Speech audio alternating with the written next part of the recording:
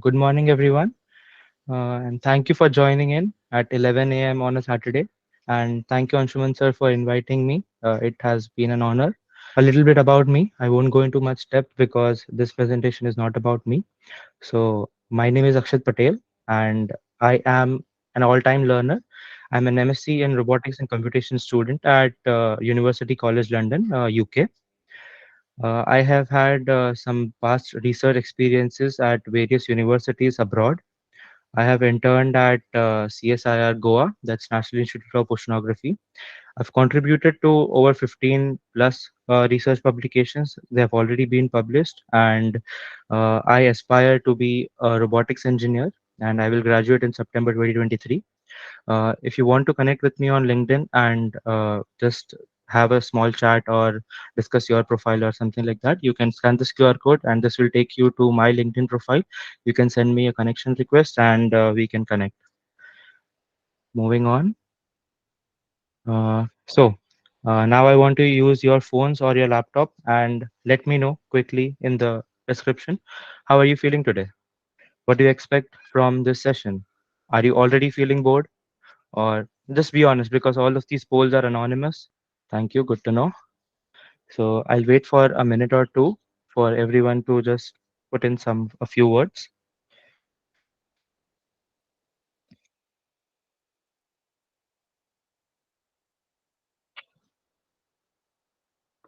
That's great. Yep.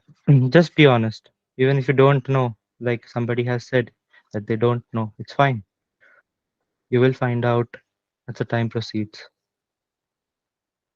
My aim for this 1 hour is to make your 1 hour valuable because we are spending a lot of time here and it's 6:30 for me right now in the UK.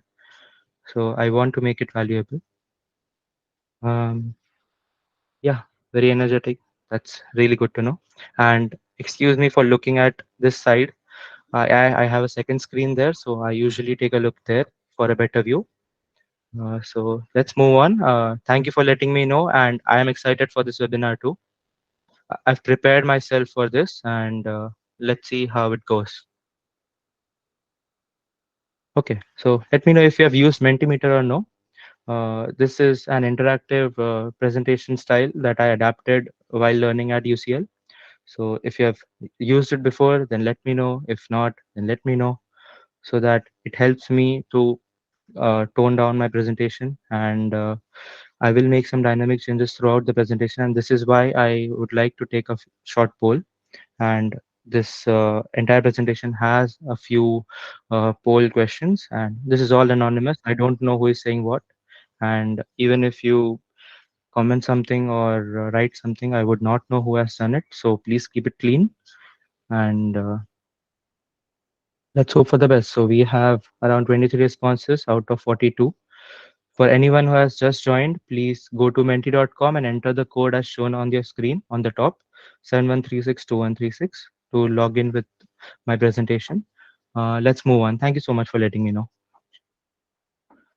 Okay, so we'll take two takes before and after the entire session. So I would like to know your current knowledge on these four things. Pathway to higher education abroad. So let me know on a scale of 1 to 10, 10 being the most, how much do you already know about pathway to higher education?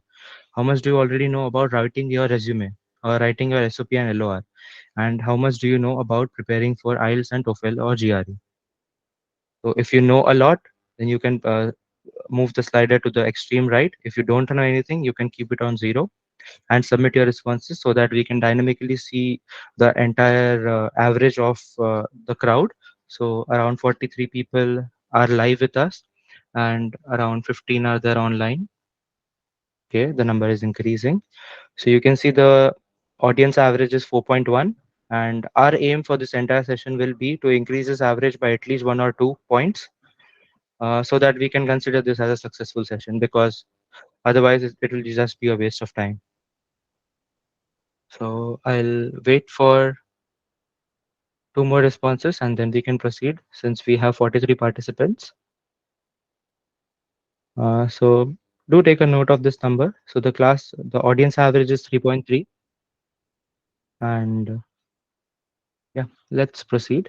Thank you for letting me know.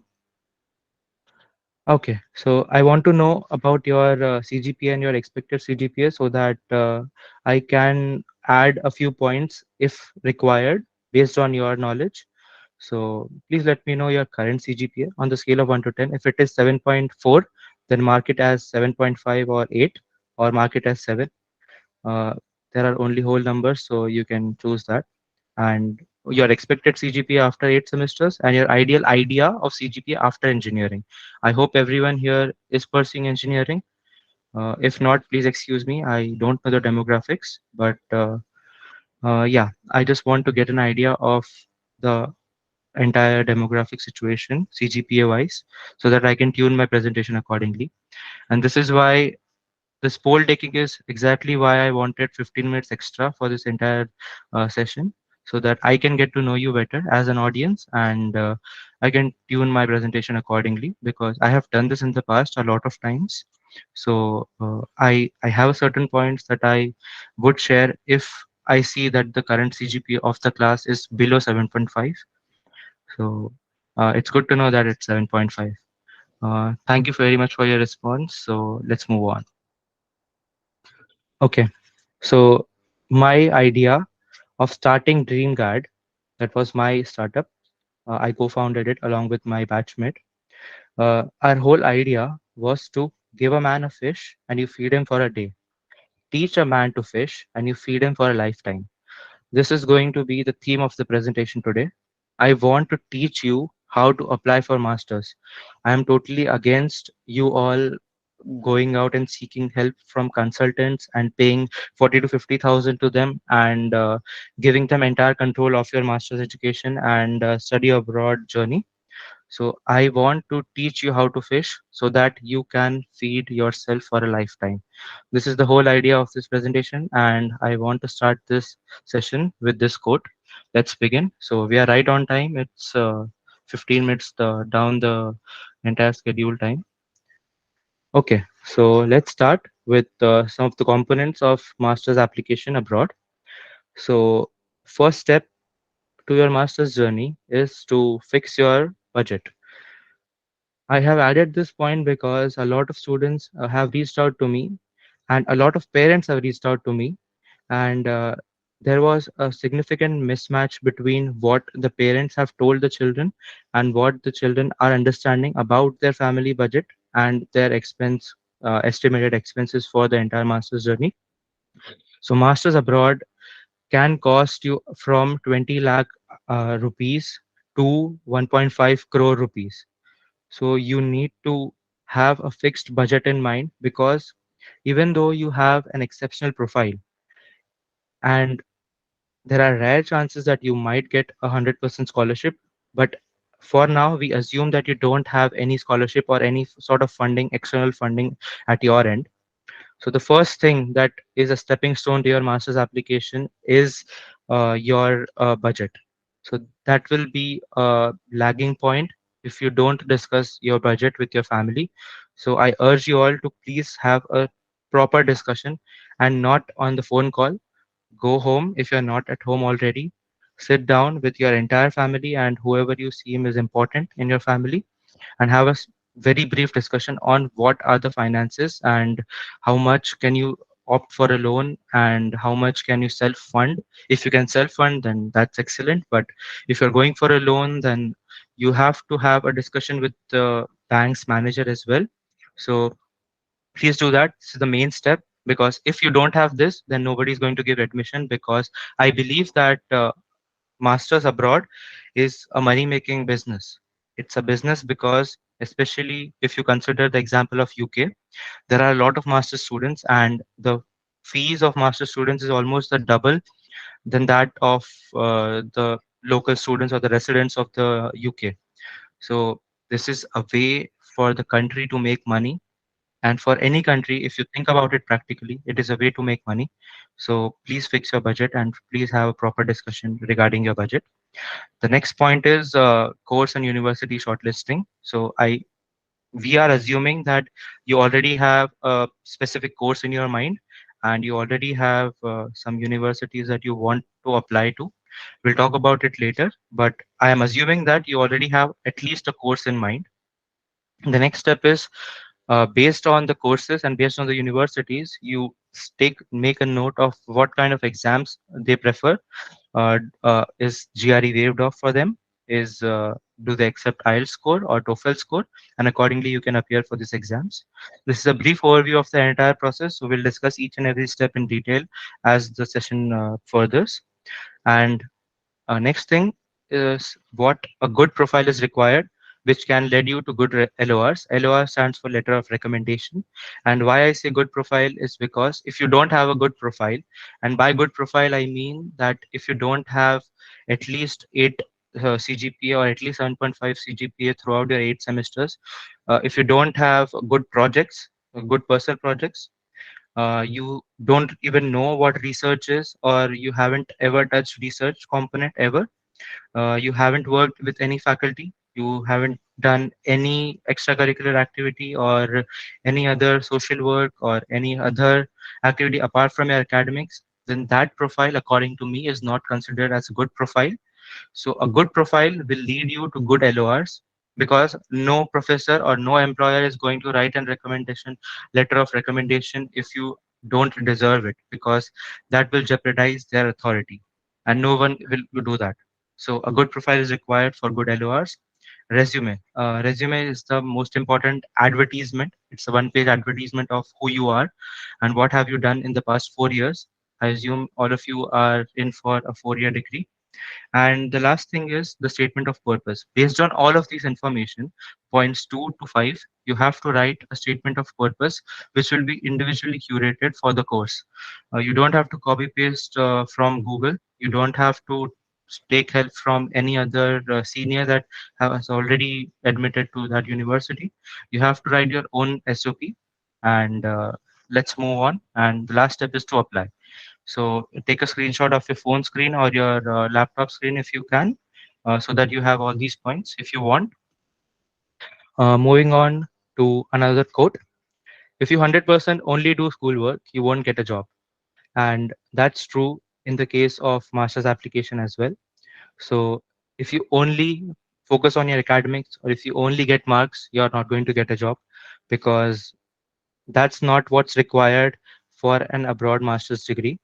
In India, the situation is completely different, and I honestly don't like it very much, because in India, if you want to get admitted to a top university in India, you have to give the JEE Mains or JEE Advanced entrance test, and one exam will define whether you are fit to admit to that university or no. But and same goes for MTechs. So you have to appear for the GATE exam, and one exam will decide yes or no, because mostly that's the criteria. And abroad, the situation is completely different. They want you to be a holistic person. Your profile should be as wholesome as possible. You should have good marks. That's given. You should have good marks.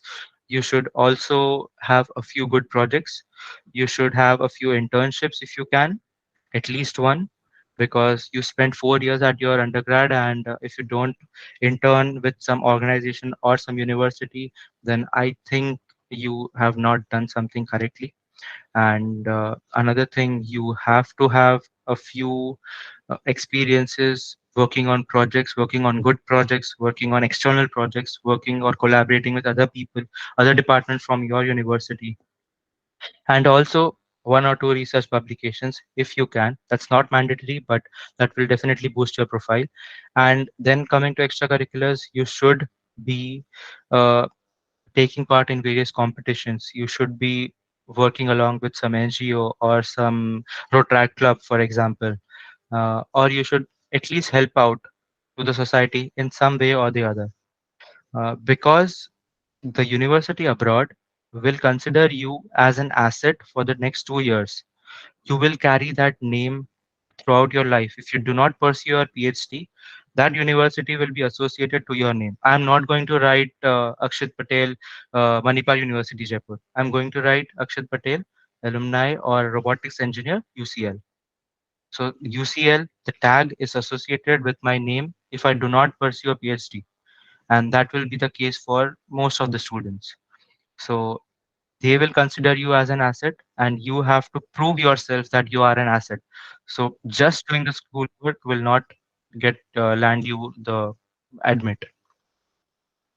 Let's start with the budget fixing, and this is important because there are a lot of costs associated with the entire master's journey. I focus and stress this point a lot because I know that not everyone is financially stable, and not everyone can afford to spend 50 to 60 lakhs in one go in a period of 1 year. So you need to know about all the costs that are associated with your master's application. And generally speaking, these are the costs that are associated. It starts from your application fee. So you need to start shelling out your money from the application fee. But you need to know that some universities in the US and some in the UK will offer you waivers if you're not able to pay for your application fee, because they believe that everybody should get equal opportunity, and financial instability should not stop you from applying to the university. So they will provide you with a fee waiver that will for example, if the application fee for a US university or a university in the UK is $100 or £100, that's around 8,500 rupees or 10,000 rupees according to the conversion. If you're not able to pay for it, and I would urge you to just apply for the waiver, you have to write an email to the application committee. Please note down these points because nobody is going to tell you all of these points, that there are application waivers. They will not advertise it on their website that we offer waivers or there are waivers. So they will waive off your application fee if you are not able to pay for it. If you think that this will be a huge financial burden, you can say that you are still a student, your parents are going to fund you, and application fee is an added cost along with other costs that are associated with the application. So you can request for a fee waiver. There's nothing to be ashamed about, and I think everyone should approach the universities with an email to the admission committee asking for and requesting for waivers. The next is the visa fee that you need to pay after you get an admit and after you sort out all your documents and your flight tickets. You also need to get an insurance depending on your country that you're going to. It's going to cost from 50,000 rupees to 1 lakh rupees or maybe more, depending on the country that you go to. And I believe at least you should have 2 months of rent and 2 months of living expense with you as an additional amount. So if you are planning your budget for the master's application, you need to also include the the place, the location where you're going to. What would be the rent of that place? If you're staying at a university accommodation, then they'll charge you before you come there. But if you're going to rent a place outside the campus, then you need to have at least 2 months of rents, because you need 2 months to get yourself familiarized and figure out what's happening in your life. And living expense, by living expense I mean every single expense, starting from your groceries to your toiletries to any other miscellaneous costs that you might have. The next is you need to shell out a few bucks on books, gadgets, and travel. And again, that depends on your preference. I prefer a PDFs nowadays because a lot of the books that I refer to are very, very expensive, so I cannot afford them all. Gadgets, because once you go to a university abroad, you might find everyone is using an iPad to take notes. Nobody is using notebooks. This happened with me because for every single lecture that I had to attend to, the professor creates a presentation, and the session is only of 50 minutes sharp. It starts on the hour and ends at 50 past that hour. So in 50 minutes, the presentation length is around 150 to 120 slides. So every single minute, the professor will slide to 2 or 3 slides together. So it is very difficult to take down notes using pen and paper. So what my colleagues and my classmates did was they used to download the presentation and they used to annotate on the presentation using PPT or using their tabs.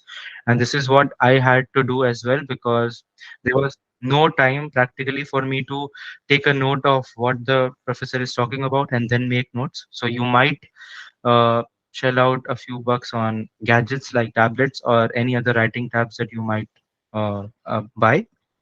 Next is travel cost. That includes your to and fro journey or any other journey that you might commute. And then you need to have a discussion about either self-funding. That means either your family or your parents are going to support you throughout the education, or you are going to opt for an education loan. And then you need to estimate your achievable scholarships. By achievable scholarships, I mean that I believe that scholarships in the US is extremely difficult to get, at least for a master's degree, because honestly, there are a lot of candidates that are way more experienced than us, and they are way more deserving, honestly. So they might get those scholarships, and there are a few very limited number of scholarships for international students, especially if you are not from an IIT or a top university in India. There is a slight bias that I have observed, because everybody knows what an IIT is, even in the UK and in the US, but nobody has heard about any other private university or any other university apart from those high ranked universities. So you need to estimate what you can achieve. But for now, when you apply, do not assume that you will get any scholarship, because it is extremely difficult, it is extremely competitive, and there is absolutely no guarantee. Let's move on to the next point. That's first. I would like to tell me whether you got my point or no. So on the scale of 1 to 10, 1 being you got it. If you got it, please don't please move the slider. If you move it beyond, I think there is a slight confusion. This means that nobody is clear about what it is. So if you are not clear, then you can slide it to the right. If you are clear, then you can slide it to the left. Okay. Thank you very much. And for the further slides, please remember this, because yeah, I think this is my mistake. I should have flipped it around. Okay? Because I focus on what's not clear, so that I can address those queries at the end, or maybe you can reach out to me on LinkedIn or through the chat. So thank you for your response. We have got 23 responses, and let's move on. It's good to know that you understood. The next is university shortlisting and course shortlisting. First of all, uh, I see somebody has raised their hand. Is there a query? Okay. Okay. First thing, for shortlisting your course and the university, first thing that you keep in mind is the budget. Because, for example, if you apply to some university in the New York City, then your budget might be almost 1.5x if you compare it with any other state in the US. If you apply for any university in London, it will be slightly more or somewhat more than that you apply in Scotland or somewhere else. So it depends on the location of the university. And this is extremely important, because it is the first barrier to you getting an admit from a foreign university. The next point to remember is the quality of the course. Do not give any preference to anything else, because you will be studying your master's course for a period of 2 years or 1 year, depending on the country. But if you do not like the course, if you don't choose it yourself, then you are going to regret that decision every single day throughout the week, throughout the 2 years or 1 year. So choose the course wisely, leave everything else uh, for a slightly lower priority, but the top priority should be given to the quality of the course. Because I am assuming that you want to go to a master's university to study and not to earn money while you are studying. So some people in India, because I personally know them, they only go to an university abroad to earn money part time. Because even if you earn money part time in the UK, you can make around 80 to 80,000 to 1 lakh rupees in a month. So some students prefer that, and I don't have any problem with your personal choices. But right now, I'm assuming that you want to study and upskill yourself. You are actually passionate about learning, so the quality of the course is what matters the most. The second is the research output and the labs. So you need to go to the university website, your course department. You need to know the research output. Everything will be listed on their website, or you should directly go to Google Scholar and type the university name, and you can type the names of a few professors that have published the papers in the domain that you are interested in. See what work they are doing, and see what type of research they are conducting, and whether that interests you or no. And look at the labs that are available at the university. The hardware, if you are going for a hardware degree, then the hardware labs are extremely important. And there are virtual labs on every single university website, so you should go and visit them. If not, then you can go to YouTube, and you can type a quick hack to type is day in a life of a dash student. So, for example, if I want to apply to UCL, I will type day in a life of a UCL student. So you will find that many students have created their vlogs, and they give tours of their classrooms, their labs, what they do. So you can type this on YouTube or on the internet. You'll find a few blogs, or you'll find a few videos. Make a note of the research output in the labs, and only then decide the university's priority in your list. And the next is the teachers and the TAs. And why I would say teachers is because I want my master's teachers to be well experienced. They should have significant uh, mentoring experience, so that when you are in the same position as a student, then you can approach them and take their guidance or seek their guidance. And the next is TAs. TAs are teaching assistants. So every university abroad, most of them has the concept of TAs. So a teacher, I'll give you an example of UCL. A teacher at UCL is considered as a celebrity. So they will come to the class. If the class starts at 12 p.m., they'll come at 11:59. They'll set up their laptop and set up the projector and everything in 1 minute, start the session at 12 p.m. sharp. They let anyone who wants to come in or go out or do anything that they want at any time. They don't care about it unless you are disturbing the class. So you can walk in at any time. You can walk out at any time. The teachers are extremely respected here, and I am sad to say that teachers in India are not respected that much, because especially when I talk about my university, uh, students used to disrespect them and not listen to them and create unnecessary nuisance just because it's cool. But it's completely different in different university abroad. So I would urge you to, because you are definitely going to change yourself, and even if you are the nuisance maker, you are definitely going to change, because you will be the minority that will be engaging in those kind of things. So I think you should start it right now. And if you are one of the students that don't respect your teachers, and I get that you might not understand what every teacher will say or every teacher teach, but it is necessary to respect them, because if you don't, then the teachers in any other country in the world is not are not going to respect you too. So the TAs and the teachers are the next important steps to shortlisting your university. You can find that out on the course website. All of these resources will be listed there. The TAs and the teachers. You can go to LinkedIn and type. For example, I'm applying for a computer science degree at UCL. So I'll write teaching assistant UCL computer science. I'll get a list of all the teaching assistants, past and the present, and you can check out their profile, what they are doing, and how they are conducting their research. Because TAs are PhD students, and I think they are important, because teachers might not be approachable to you, because in UCL, teachers are not very approachable. The TAs handle most of the things. So if you have some question that is not solvable by the TAs, then you go to the teachers. So they are highly respected here, and I believe that this should happen in India as well. Let's just a second.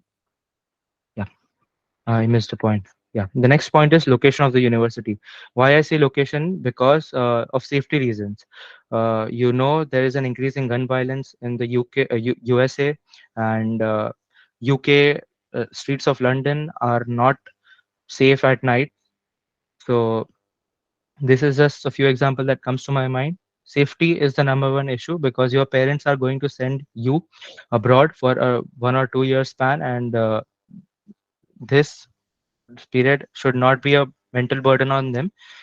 You should think about your safety, the peace of mind of your parents, because that's a factor as well. Because you might not be connected to anyone when you are in a foreign country, so your safety plays a major role. The weather will also play a major role if you're allergic to some type of weather, maybe extreme hot or extreme cold weather, or the location. The standard of living will also change based on the university location. For example, if you stay in London or if you stay in New York City, then you might have a few friends or classmates that will force you or urge you to go out party every single weekend. So that's their standard of living. Everything that you buy, starting with bread or water, will be expensive compared to some other location of that country. So the location of the university also plays a major role. The next is industry collaborations. Most of the universities have industry collaborations with their alumni network, or they have tie-ups with different software companies or hardware companies. Everything is listed on their website, so you need to make a note of all of these points when you shortlist the universities. The last point is job opportunities. They should be kept before anything else. But I think if you follow all these points, and if you are a good student, and if you study, if you are focused enough, then you are definitely going to land a job. So the alumni network is also important because, for example, if some alumni at UCL are working at DeepMind, that's associated with Google. So I can directly approach those alumni, and maybe I can know about their journey and I can relate with them because they are also UCL grads. So that creates a sort of connection with the alumni, and maybe they can refer you to that position or that company. So alumni network is extremely important because of your job search. And the last point is on campus part-time work opportunities. So I am not sure about the US, but in the UK, you are eligible to work part time for 20 hours per week. And I think it is the same for the US, but for the US, you need to be on campus. So you can work at the library, you can work at cafeterias, you can be a research assistant, you can be a teaching assistant. There are a lot of roles that professors offer. So you have to make a note of the part-time opportunities that are there, because it's an easy way for you to earn money and fund your masters while you are there. And most importantly, remember this, that if you get a research assistant's role or a teaching assistant role, there might be some waivers for your fees of the university. For example, my a close friend of mine is studying at Georgia Tech in the US, and he got a teaching assistant's role from his second semester itself.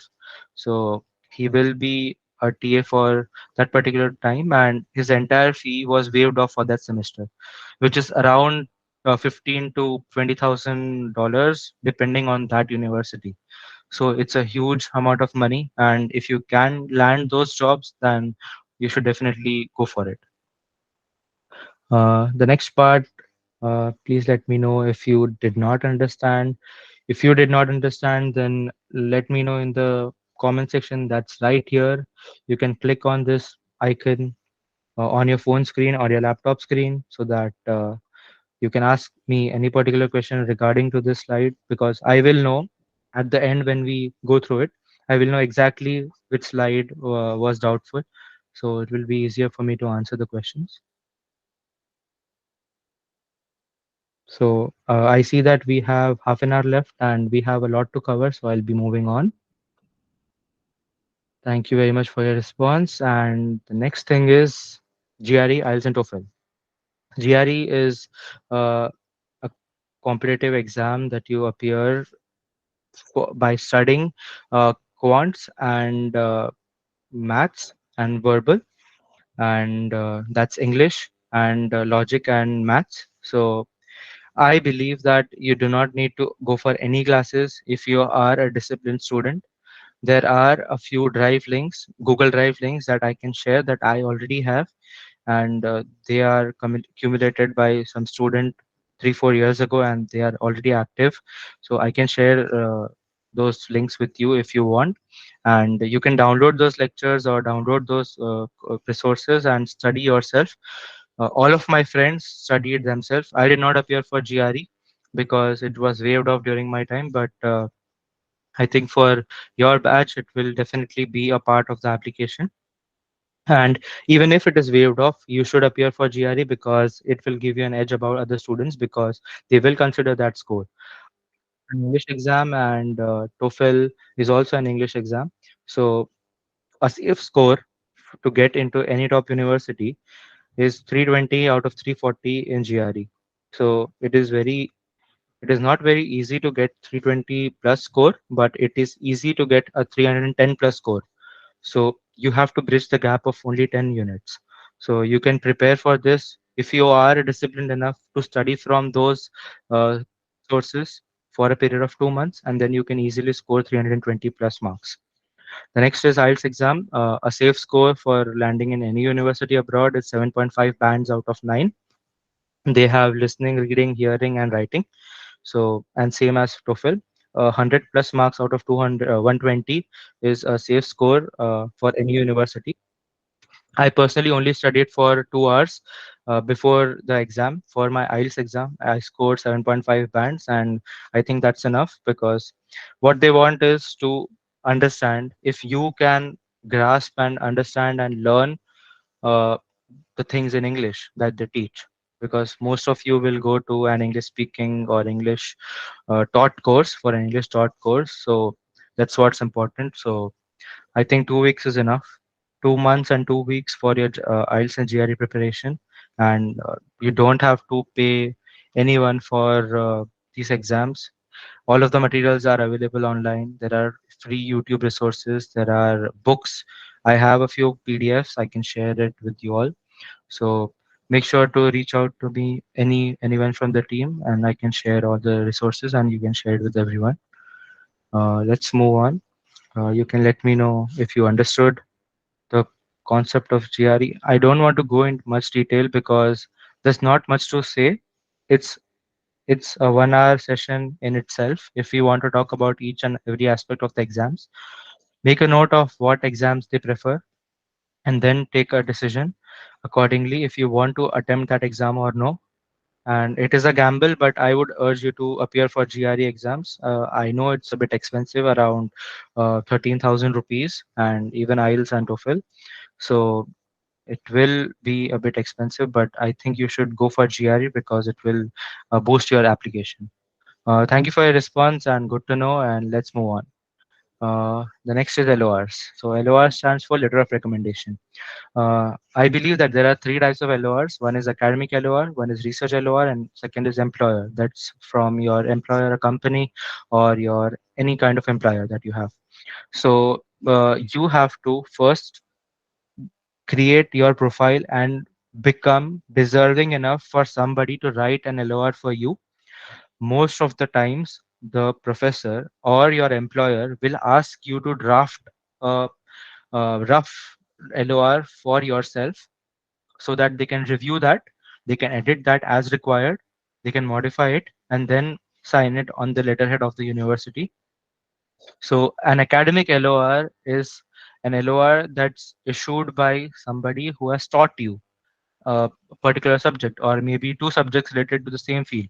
For example, if somebody who is in the CS branch, a professor has taught them software engineering or something related to cybersecurity or something related to object-oriented programming or something related to database management. So you can approach that professor and ask them to, provided if you get good marks in that particular subject. So you can ask them to issue you an LOR stating your class performance and how attentive you were in the class, and they can talk about your grades, they can talk about your attentiveness, they can talk about how good of a student you are, how understanding you are, what was your class contribution, how interactive you are, what kind of questions you asked. All of this is important because any university abroad will look at you as a person, and they will look at you as a kind of a learner that you are. If you are not a good student, if you are not a good learner, then they will refrain from giving an admit to you, because that will be a liability on their part, and nobody has time for dealing with those liabilities abroad. Because the kind of spoon feeding that happens in India, you can expect zero to no or even negative spoon feeding happening at the university abroad. By negative spoon feeding, I mean that even if you reach out to your friends, or even if you reach out to your classmates, they might not help you, which mostly happens with me. When I reach out to my classmates, they will just direct me to the answer. They will not at all give me the answer. And nothing is as like India. In my university, what used to happen was, when we were assigned some assignment, one or two students from the entire class would do it, and they will share that with everyone. And in a matter of 3 to 4 hours, everyone has completed the assignment. They have submitted it. They have gotten full marks. Nothing of that sort happens abroad. Everyone is responsible for their own marks, and even if you are struggling and you are stuck to some problem, it is rarely that somebody is going to help you. For my case, nobody does, and nobody reaches out. You have to ask for thank you, sir, for doing this. This point is important. Yes, sir. Because nobody is going to help you out, and they will just uh, direct you to the answer and not give you the answer. Nobody is going to help you with the code. Nobody is going to help you with the answer, or what kind of thinking, that approach you need to solve for that answer.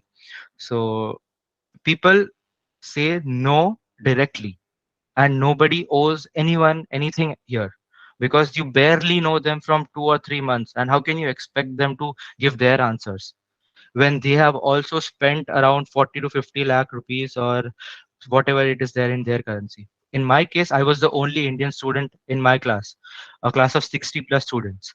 So I had nobody to approach to.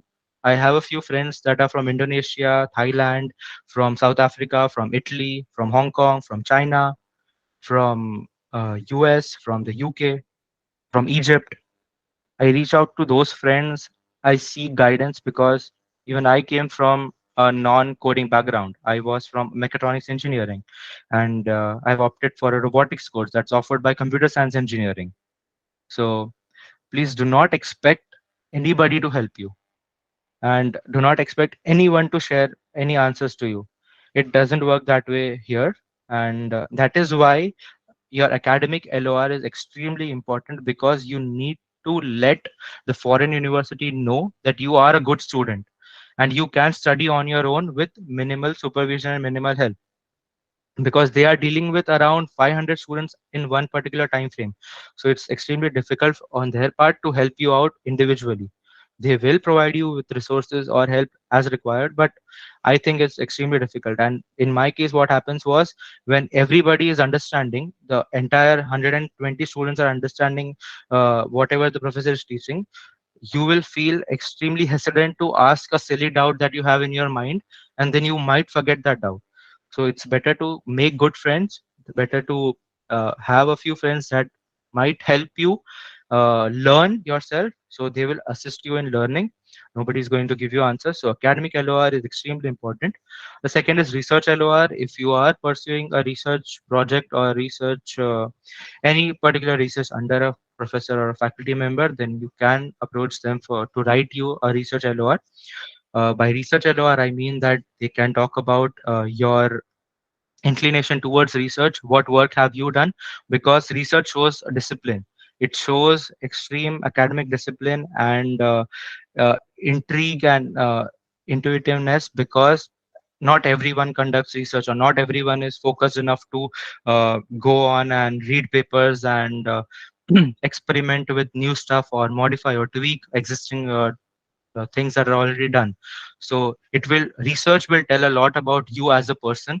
So a research LOR will be a huge boost to your profile. The third one is employer. If you have pursued internships, you can ask your employer to issue you a letter of recommendation for your job that you performed while you are performing that internship. It did not apply in my case because I did not work with any company as such, but all of my internships were research internships. So I focused on academic and research LORs, and I think those were enough for me. You should focus on three LORs at max. Two can be academic, one research, or each. So I think this LOR is extremely important because nobody is going to issue you an LOR if you are not deserving enough. So if a professor who has taught you a particular subject can say that you are good in that subject, then I can take the word of that professor, me being the recruiter or reviewer of your application. That is why the LOR is important. Let's move on. Please let me know if you understood my points. I tend to be a bit harsh when it comes to academics because I do not like the concepts that are already existing in India, and that's why it makes me a bit furious. So you can feel that from my voice, but excuse me for that. But uh, I will not refrain from adding those points because they are extremely important. You need to know what kind of culture these universities abroad have, and nobody is going to tell you that, oh, nobody helps us here. You're all alone. You are actually alone, academically speaking. So please be attentive, go to the university to learn. And if you don't want to learn, then don't opt for a university that will make you struggle for academics. So thank you for your response, and let's move on. The next is resume. I'll not talk about resume too much because I saw that a lot of you already know about resume. So I'll give a general overview of what a resume should consist. So the main thing is education. By education, I mean your undergrad, maybe your 12th score, and maybe your 10th standard score, because discipline extremely important, and academics is important when it comes to master's applications. For example, when you apply to a top university in the US or the UK, your GPA is extremely important. It should be above 9. I would say 9 is a safety bracket. It depends on your university. For example, Mumbai University will not issue 9 GPA to everyone, but a private university like mine will issue 9 GPA plus to almost every student who can get those marks. So it depends on your university, and if you have, and the reviewers or the people that are on the admissions committee already know about your university. Even if you are from any unknown university in India, they will do their research, and you should have good grades, because if you don't, then that means that you are not even disciplined to pursue your academics properly. If you do not have good grades, then you have to compensate that by your project, or by running businesses or startups, or working extensively on research or with other professors abroad. So if you do not do that, then I think that you don't qualify to study abroad, because you are not interested in academics if you do not have marks or any other experience. So there might be some issues which might let you, but we are talking a general case wherein a student just don't care about their academics. So that's a very huge red flag, and you should have good marks. Experience, you should have at least one internship, and that should be a good one, and not those kind where you pay for the organization to issue your certificate, or you call your dad and tell your dad to call his friend who has a big company, and they can give you some role, a software developer role, and they can give you some fake internship certificate. Or if you already have a company and you do it in house, everybody at the recruitment committee will know what kind of businesses you have. So if you are doing that, then please refrain from that, because you're fooling nobody and you will just get disqualified. Have good experiences. It's not very difficult. Reach out to your professors. I think professors at Indian universities are the huge assets that students do not take advantage of. Most of the teachers that you might have might get their PhD or have done their MTech or BTech from an IIT or NIT or top universities in India. you can reach out to those professors and ask if they have any links to their alma mater, and they can refer you if you are interested to work with somebody at their prior university. So you can do that. And I think you should do that. You should ask your professor. You should talk to them. Go and just have a discussion about the job opportunities or any other internship opportunities that they might have. Every one of you should be associated with the placement coordinator of your department, because they might help you with internships or some research projects or some freelance projects. So I think projects is important. Experience is equally important. If you are interested in research, do not just publish papers anywhere that you might find online. If you go to Google and type, I want to publish a research paper, there will be a lot of journals that will ask you for 10,000 rupees and publish your paper. And that will not be Scopus Index, that will not be SCI journals. And I think your professors will guide you better. But take a note from me, somebody who dodge this bullet of not publishing your research work or your project work to any third party publications. Always go to the professor and take their help and take their guidance, because they are definitely more experienced than every one of you combined. So take utmost use of your professors, even if you don't like them. It's important for you to treat them as gurus and your mentors, and you should also behave as an ideal student. So do that for yourself, because master's education is something that your parents will gamble for you. Most of the people spend this kind of amount buying a house, and they spend around 20 years or 15 years paying for that house. So if you are going to shell out that kind of money in the period of 1 or 2 years, that's around 50 lakhs to 1 crore rupees, then at least you should respect your the people who are funding your education. And all of this starts by respecting your teachers, because if you don't do that, then it will create a snowball effect, and you cannot add anything in your resume if you do not have anything to write about, if you don't talk with your teachers, if you don't seek their guidance. Skills are important. Anything else, more than anything else. So if you have enough skills, so if you have the skills, you will prove that using projects, with research, by working with different professors abroad, or working with a company, or any other third party. So skills will land you to projects, will land you to good LORs, will land you to good university. So it starts with the skills, it starts with discipline. So the next thing is extracurricular.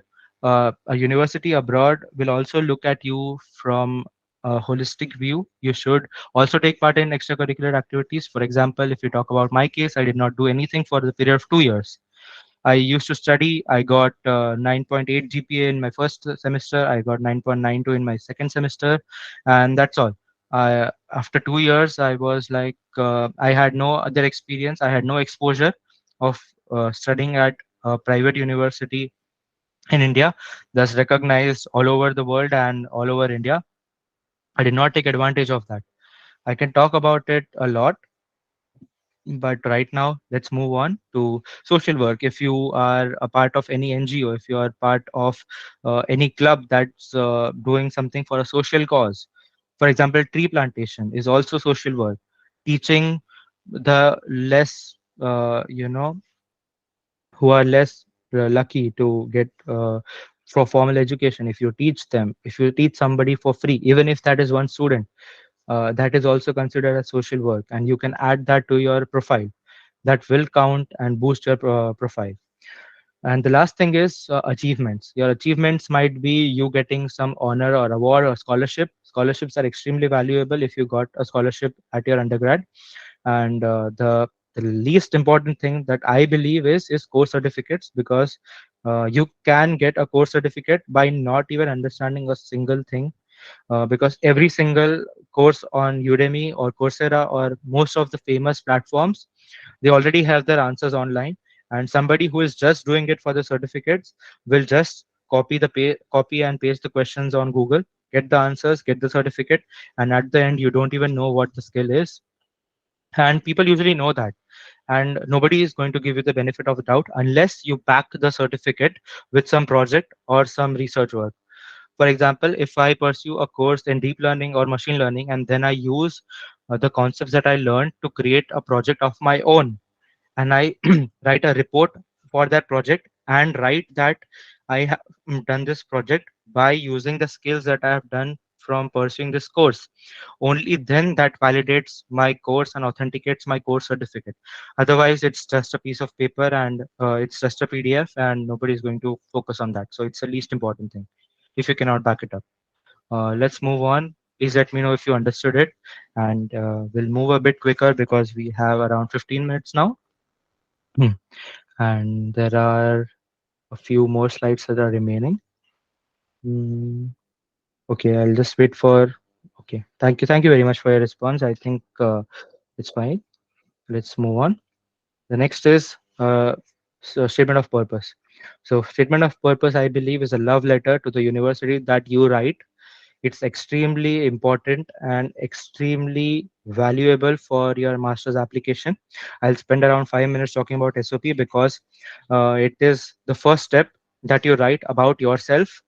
And please do not get templates online or ask your consultant to do this. Please don't go to consultants because, okay, I'll talk a bit about consultants. I'll just say one sentence.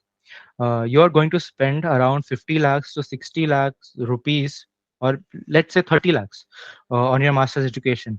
How on earth can you give that responsibility to the consultant to do the master's research for you? Why do you expect them to do it, even if they are charging, even if they are your relatives? You should not do that. That shows what kind of a student you are, and that shows your laziness. If you are asking for help, if you are asking for a profile review or your resume review, if you are reaching out to your seniors or your professors to review your resume or your application or your LOR or your statement of purpose, then that's fine. If you are paying somebody to do that review for you who is experienced enough and whom you think is experienced enough, not because they say or advertise, whom you think and you judge to be experienced enough, then that's okay. But if you give the list to your consultants and they draft your SOP for you and you just edit it accordingly, then that's just a waste of time. And I think that's the that's a huge disrespect that you do towards your master's journey. So do not let anyone write your statement of purpose because it is your statement. It should be an honest story. It should be your story. And facts are more important than fanciness. You can do a better job even if you don't have a good command over the English language. You can take help from your teachers, your seniors, somebody who has already gotten an admit, and fanciness comes last. Facts are important. My SOP starts by me being a 13-year-old watching the Discovery Channel. That's a fact. I will remember it even if you wake me up at 2 a.m. at night, but I will not remember some third party code set by some third party personality, and that I write that I'm inspired by that. That's just a lie, because nobody is inspired by a person you haven't even heard about. And usually these consultants do that. They use those codes, they use those stories or those fake stories, and who knows how many other students they have uh, given the same template to. Most of the universities have a screening thing, have a plagiarism software. They know that if you are plagiarizing from some other student or some other alumni at their university, so please do not give that power to anybody else. This is your document and this is a personal document. You should not share your SOP with everyone. It's your story, it should be true, and you should answer all the whys in this question. Why this particular course? Why this particular university? Why this particular location? Why this country? And what do you plan to do after graduation? Do you plan to come back to India? Do you plan to stay? And if you want to stay in their country, how are you going to help their country? For example, you can write that I want to work at this research facility or this organization that is working towards this XYZ thing that will impact a million people around the world. So that's your aim for staying in their country. If you want to come back to India, then they will have extremely no issues with that, because they would rather have you back to your country if you are going to be a financial liability for their country. So if you are coming back, then you can justify why you want to come back. If you want to start your own business, if you want to go into the teaching profession, if you want to pursue a job at your home country, then you should explain all this in the SOP. And let's quickly move on.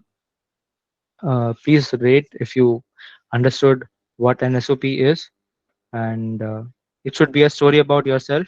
It should be why you want to pursue that course. And if you have any doubts, please use the comment section to ask the doubts. And yeah, we have 14 responses. Let's move on. Thank you very much. The last thing is visa.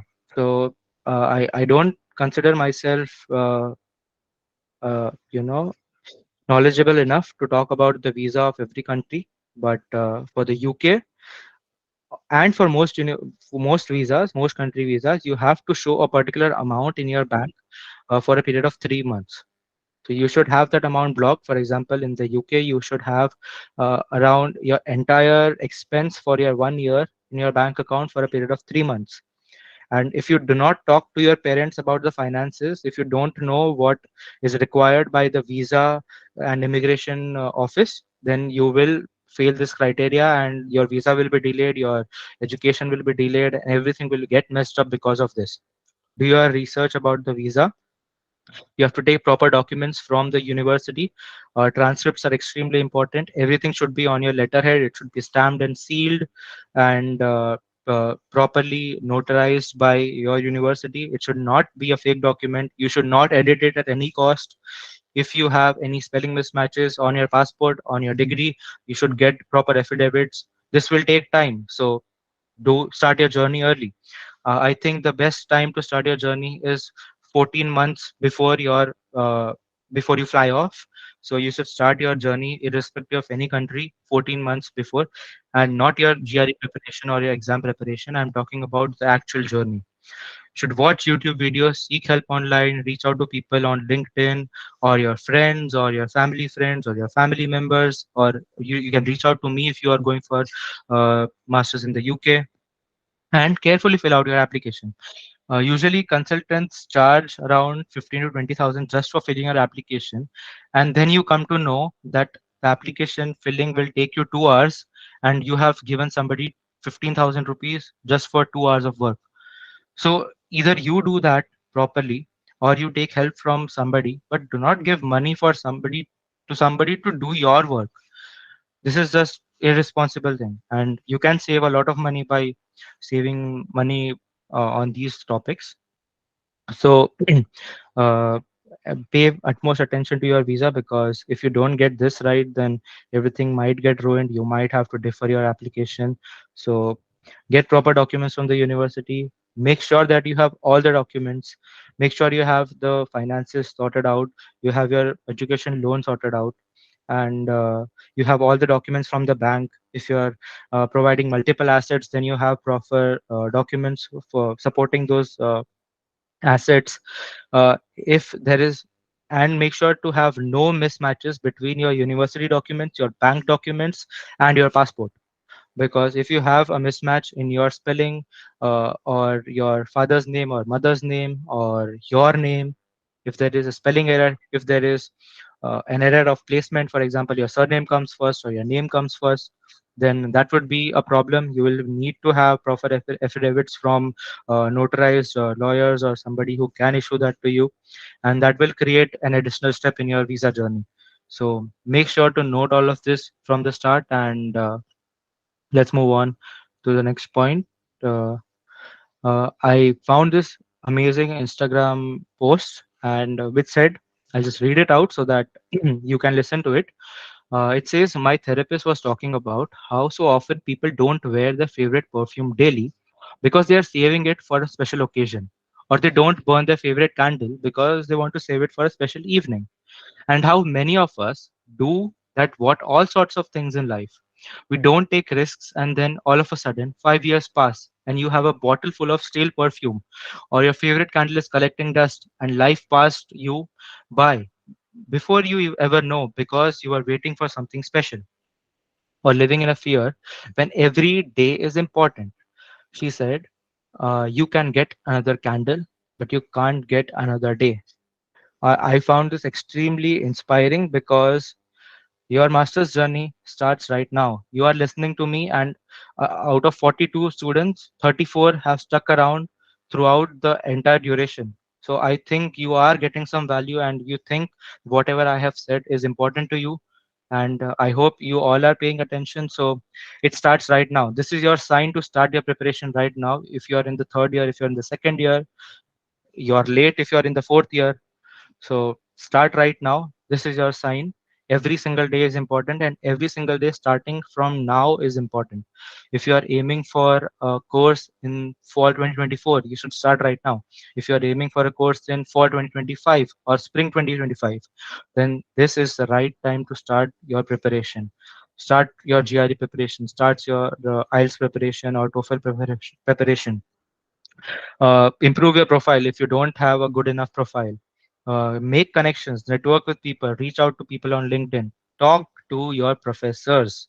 That's the most important thing. I'm sure Anshuman sir has a lot of experience. I think he has done his degree from abroad. He has done his PhD, and he's working towards blockchain. And I'm not sure about other things, but he is extremely knowledgeable from his profile. And this is just my observation by looking at his LinkedIn profile. So think about different assets your university provides to you as a student. So make use of those assets. You are paying around, I don't know what kind of amount you're paying at your university, but if you're paying more than 10 lakhs or 15 lakhs to your university, make use of those amount and make extreme use of your resources that your university is providing. That's the bare minimum thing you can do for yourself, for your parents, and for everybody who is in your academic journey. So this is a take two of the entire session. I conclude my session with this. So you can let me know if you have increased your understanding of your pathway to higher education abroad. You have some insights about writing your resume. You have some insights about writing your statement of purpose and letter of recommendation. You have an insight about preparing for your IELTS exam, your TOEFL exam, your GRE exam. And if I recollect correctly, the audience average was 3.9 when we started this session, and now it has increased to 7 plus. Uh, I hope that it increases. So I'll wait for another. We have crossed the time span that was allotted, but only a few slides are remaining, and there are just a few polls and a few interactive sessions, and then I'll quickly take the four questions that are there. And yeah, I'll wait for five more responses since we have 36 people. If nobody is active, it's fine. We can wait for 10 more seconds, and it's good to know that the audience average has increased from 3.9 to 7.3 right now. And I hope that you have understood what I have shared. If you want insights about my application, my profile, or the resources that I used, or my documents, then you can reach out to me. I can share them with you. I was planning to share them on the on this meeting itself, but I think we have crossed the time, and I'll quickly move on to the next slide. So let me know if you enjoyed my interactive webinar.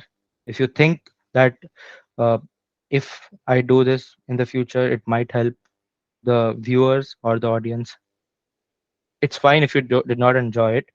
It's fine if you think, oh, clicking on your phone or referring to another tab on your website is uh, troublesome for you or is not good for you. Yeah, it's fine if you don't care about these type of webinars. But my aim for this entire session was to make value of your time, because Anshuman sir reached out to me, and he was extremely kind enough to uh, invite me at your university, and I don't want to spend or waste time of his and his students. So this is really important to me if you enjoyed. So thank you for letting me know 20 of you enjoyed out of 34. That's a win for me. Thank you very much. And uh, if you want to know, I can talk about my journey, but I think this point is extremely important.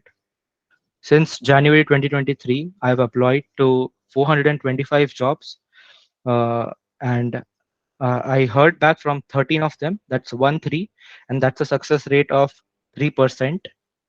So it's challenging in the UK, it's challenging in the US, but if you start early, you can grab a job or whatever you are aiming for.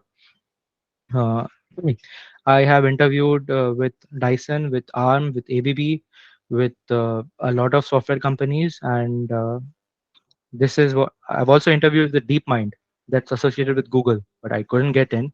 But yeah, that was a great experience. So I just want to highlight that I have applied to 400 plus job applications since January 2023, and it has been roughly 5 months. So it's going to be a rough ride. It's going to be a struggling journey. But if you are prepared enough, then you are definitely going to make worth of it. And I think I don't want to talk about myself because we are beyond the particular time that we are allotted. So thank you so very much. It was an absolute honor to speak in front of you, and thank you, Anshuman sir, for inviting me for this webinar. And I will share all the resources that I had. Since I don't have the time, we have crossed 5 minutes beyond the time, and I'll share everything that I can with you all, and you can make use of the resources that I share and make use of my knowledge. I can refer you to some of my friends who are admitted to universities throughout the globe. And if you want to reach out to them, I can link them with you. I have friends at Boston, at NYU, at Georgia Tech in the US, at Queen Mary in London, at Imperial College London, at Oxford University, at UCL, and a lot more universities in the UK and the US. So if you do not have anyone to reach out to, drop me a message on LinkedIn and I will definitely get back to you. I have helped around 150 students throughout the world. That includes students from different countries for their applications and reviewing their resume. And for every 31 of you who are or 30 of you who are attending this webinar right now and listening to me, I will review your application or your resume or your SOP or your LOR based on my knowledge of reviewing 200 plus of these documents of various students from different universities in India and running a startup called DreamGrad. I don't want to promote it because this is not what I was for here. You can look it up online. And the main idea of DreamGrad is to help you to make your decisions yourself and enable you to apply properly. And we don't charge if you are not willing to pay or if you feel that you did not get any use of our help. So it's about the students, it's for the students, and only two of us handle this entire startup. So that's all from my end, and I quickly take the uh, questions. What is the minimum criteria I need to get admission in masters apart from IELTS and other exam? Yeah, for BTech marks, I think the safest score is 8.5 CGPA because that's the cutoff for top universities. If you have a CGPA above 8, then you are eligible for most of the universities abroad, except some. If you have about 7.5, you might not be eligible for the top tier universities in the world, but a 7.5 CGPA is the safest. But if you want to be admitted to the top or highly ranked university, then you can aim for a CGPA that's about 9 or 9.5, depending on your university. For example, my CGPA was 9.76 after 8 semesters. I was the gold medalist of my department, and I also got another gold medal for research work at my university throughout my university. So it depends on what kind of importance you have for your marks, but 7.5 and above is the safe score. 7.5, 8, and 8.5. Anything above 8.5 is a bonus, is considered the safest. So you should at least aim for a 7.5 GPA. Okay. All are saying and concerned about the recession. So what about the job market currently in your region? Is it hard to get a part-time job? Because it is not hard to get a part-time job, especially in the UK, because UK visa allows you to work at any part-time job while you're studying. You should have your national insurance number, and you are eligible to work for 20 hours per week part time. In the US, it's slightly different. I don't want to get in the details because I don't know it myself properly, but you need to be on campus if you're working in the USA. But please don't be sorry if it's not if it's irrelevant. I urge you to ask every kind of questions. It's all anonymous. So the recession plays an important role. There are hiring freezes, there are layoffs, but the main idea is that if you are skilled enough, people are hiring. If you go to LinkedIn, you will not find zero jobs or zero hiring. There are people who are hiring. You might start from a lower salary or a lower package, but people are hiring, people are getting recruited, and you might not begin your journey for from where you might expect it to start, but you will definitely start it. The recession plays a role, but it is easy to get a job if you start early, if you're skilled enough, if you know what you want. That's easy. So I hope I answered the question. Quickly moving on, do I need to have any research background for? You don't need to have. It is good to have. It says a lot about your profile, as I mentioned in my talk. So it is good to have a research background. But even if you don't, and if you compensate by good projects, by working with friends, or maybe doing exceptionally well at your internship or a company, then you can compensate for a research background. It's not necessary, but it is extremely good to have. If I don't have any experience, then what you would suggest me to start with? Because I'm not getting a research internships, I don't have any background. For this, if you want to ask individually, I can provide you with a lot of resources. You can reach out to me on LinkedIn, whoever has asked this. But I don't think that you saying you are not getting any internship is an excuse. You will not get an internship. You have to seek for an internship. You have to reach out to people. You have to connect with people. You have to talk to your teachers. You can talk to Anshuman, sir. So you will not get it. Nobody's going to give it to you. You have to earn it. You have to work for it. So you can, the best thing that I do suggest students who say this to me is you can apply to DRDO internships. So DRDO works on cold emailing. You just have to write an email to the headquarters of that DRDO lab, and they will reach out if your profile is applicable, if you have the necessary skills, if they have vacancy. And most of the DRDO research facilities are hiring after the month of June or July. I applied to 10 of the DRDO labs, and my email got rejected, bounced back from 9 of them. Only one lab accepted my email. That was the Center for Artificial Intelligence and Robotics lab, and they accepted me. They called me up and they had a few projects, but I was already interning at NTU at that time, so I couldn't do that. But yeah, DRDO labs is extremely easier to get in.